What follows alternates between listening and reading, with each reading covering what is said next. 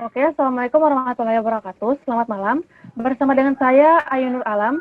Jadi di masa transisi new normal sekarang ini, kita akan bersama-sama mengikuti virtual press conference dari perusahaan DBM Cargo. Jadi selama beberapa menit ke depan, kita akan mengetahui apa sih sebenarnya itu perusahaan DBM Cargo.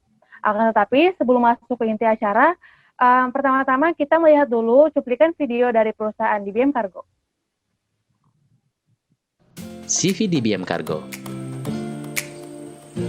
merupakan perusahaan yang bergerak di bidang jasa pengiriman barang logistik. Perusahaan yang telah berjalan selama 8 tahun ini selalu melakukan inovasi dalam meningkatkan mutu perusahaan dalam memberikan pelayanan yang profesional bagi masyarakat.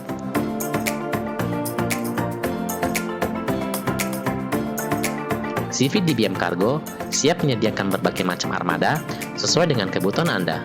Tim kami didukung oleh para profesional yang sudah memiliki pengalaman dalam kargo, tracking, dan memiliki jaringan di hampir setiap provinsi di Indonesia. Untuk memberikan pelayanan yang terbaik, kami memiliki sumber daya manusia yang terlatih dan profesional. Dengan konsep sistem logistik terintegrasi, kami memberikan pelayanan kepada Anda secara tuntas dan profesional.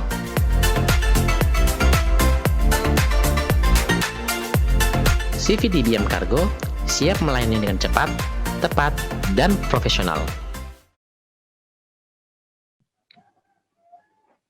Oke, jadi itulah tadi profil perusahaan dari DBM Cargo. Jadi sudah dapat sedikit gambaran ya tentang perusahaan tersebut. Oke, jadi langsung saja saat ini kita sudah terhubung dengan narasumber kami. Jadi beliau merupakan seorang pengusaha muda di mana ia merupakan pemilik sekaligus pendiri dari perusahaan DBM Cargo. Halo Kak Dimas Bilal. Halo. Oke Kak, jadi saya bisa panggil siapa nih Kak? Kak Bilal, Kak Dimas, atau siapa? Panggil saja Kak Bilal. Oke Kak Bilal. Jadi Kak, pertama-tama mungkin Kak Bilal bisa memberikan sedikit gambaran lagi atau sedikit penjelasan lah tentang perusahaan Kak Dimas. Kak Bilal maksudnya.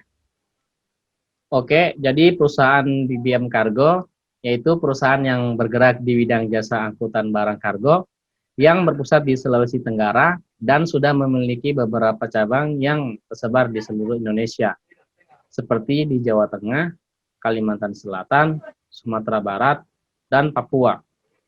Dan DBM Cargo menawarkan jasa pengiriman barang antar kota dan provinsi mulai dari ukuran kecil hingga ukuran besar dengan menggunakan media transportasi truk.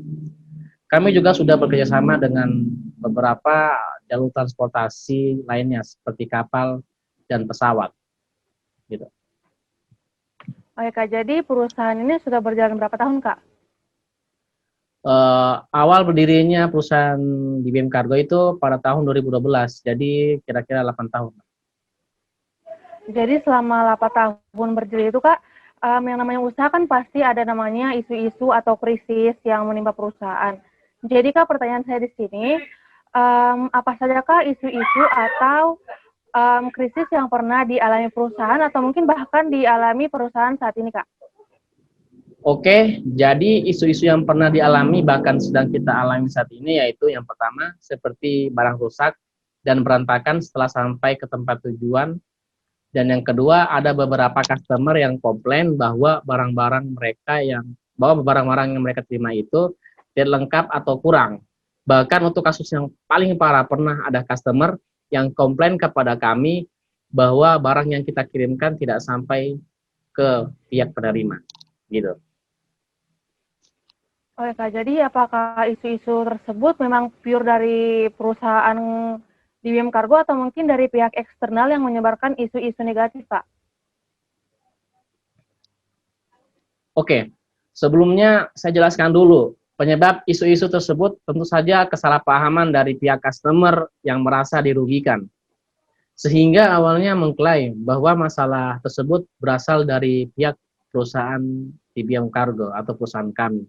Akan tetapi setelah kami mengklarifikasi dan memberikan bukti-bukti prosedur yang kami telah lakukan sebelum barang atau paket dikirim, pihak customer sudah paham dan mengerti bahwa kesalahan tersebut bukan murni dari kesalahan pihak perusahaan kami. Selanjutnya kesalahpahaman antara pihak customer dan perusahaan kami terdengar oleh media perusahaan saingan kami, sehingga media tersebut menyebarkan informasi-informasi yang belum jelas kebenarannya gitu. Oke Kak, jadi pertanyaan terakhir nih Kak, apa saja upaya yang dilakukan oleh Kak Bilal dalam menghandle atau mengatasi isu-isu negatif tersebut? Oke, jadi upaya yang kami lakukan dalam menghandle atau mengatasi isu-isu tersebut yaitu seperti yang saya bilang tadi ya, tahapan paling awal yaitu dengan memberikan klarifikasi dan menunjukkan bukti-bukti dari pihak kami kepada pihak customer yang merasa dirugikan. Kemudian kami juga mengklarifikasi melalui media partner kami mengenai isu-isu yang dialami perusahaan kami, agar tidak terjadi kesalahpahaman yang sama, begitu. Baik Kak, mungkin sebelum mengakhiri pers compare kali ini, mungkin ada pesan-pesan atau motivasi yang bisa Kakak berikan untuk masyarakat, terkhusus untuk generasi milenial seperti kita ini, yang masih takut untuk memulai bisnis. Oke, begini deh, saya itu memiliki 4 kunci kesuksesan dalam berbisnis, yaitu yang pertama adalah kerja keras. Kesuksesan berbisnis tidak bisa didapatkan secara instan, apalagi hanya sehari semalam saja gitu. Justru kita harus bekerja keras, mengerahkan seluruh kemampuan, tenaga serta ilmu berbisnis untuk menjalankan usahanya atau usaha kita gitu.